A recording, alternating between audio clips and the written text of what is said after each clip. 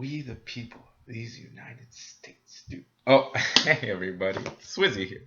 Today I get to introduce a very special monologue as it was the first monologue I've ever done, back when I was auditioning for high school drama. It comes from Lewis R. Foster's adapted screenplay, Mr. Smith Goes to Washington. In it, Mr. Smith gives a riveting speech about serving the public and integrity in politics, something that's pretty pertinent even to today. Well, anyways, let's get started, shall we? And so, ladies and gentlemen, the Declaration of Independence. We hold these truths to be self-evident, that all men are created equal, that they are endowed by their Creator with certain unalienable rights, that among these are life, liberty, and the pursuit of happiness, that to secure these rights, governments are instituted among men, deriving their just powers from the consent of the governed, that whenever any form of government becomes destructive of these ends, it is the right of the people to alter or abolish it, and to institute new governments, laying its foundations in such principles and organizing powers in such form as to them that shall most likely to affect their safety and happiness. Pretty swell, isn't it? I just get a kick out of that part of the Declaration, especially when I can read it out loud to somebody. And you see, that's what I had in mind about this boys' camp. Except those men could say it a little better than I can. But now, you aren't going to have a country that kind of makes these rules work if you ain't got men that can tell basic human rights from a punch in the nose.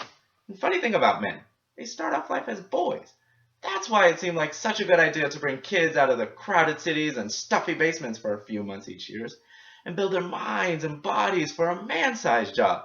I mean, these boys will be sitting at these desks someday. Yeah, pretty good idea, bringing all different kids together from different nationalities and ways of living, finding out what makes different people tick the way they do.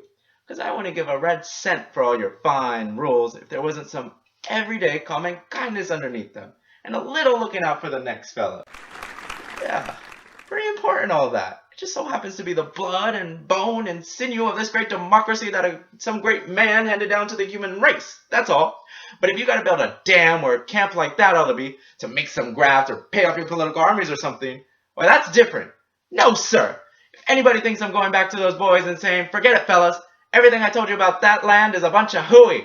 This country doesn't belong to you. It belongs to the James Taylors of the world. No, sir. If anybody thinks that, they've got another thing coming. I'm sorry to keep coming back to that, and if you're standing here like this, it's pretty disrespectful to this honorable body. It's just, this is where Clay and Calhoun and Webster, heck, Webster used to sit right over there by that desk. I mean, no one like me ought to get in here in the first place. And I don't mean to keep trying your patience like this, but either I'm dead right or I'm crazy. Well, that was my rendition of Mr. Smith in Mr. Smith Goes to Washington. Hope you guys enjoyed it. Feel free to like the video and leave some comments. Otherwise, you can subscribe here or check out another good example of Mr. Smith in the award-winning film Mr. Smith Goes to Washington. Otherwise, I'll see you guys later and stay tuned and God bless.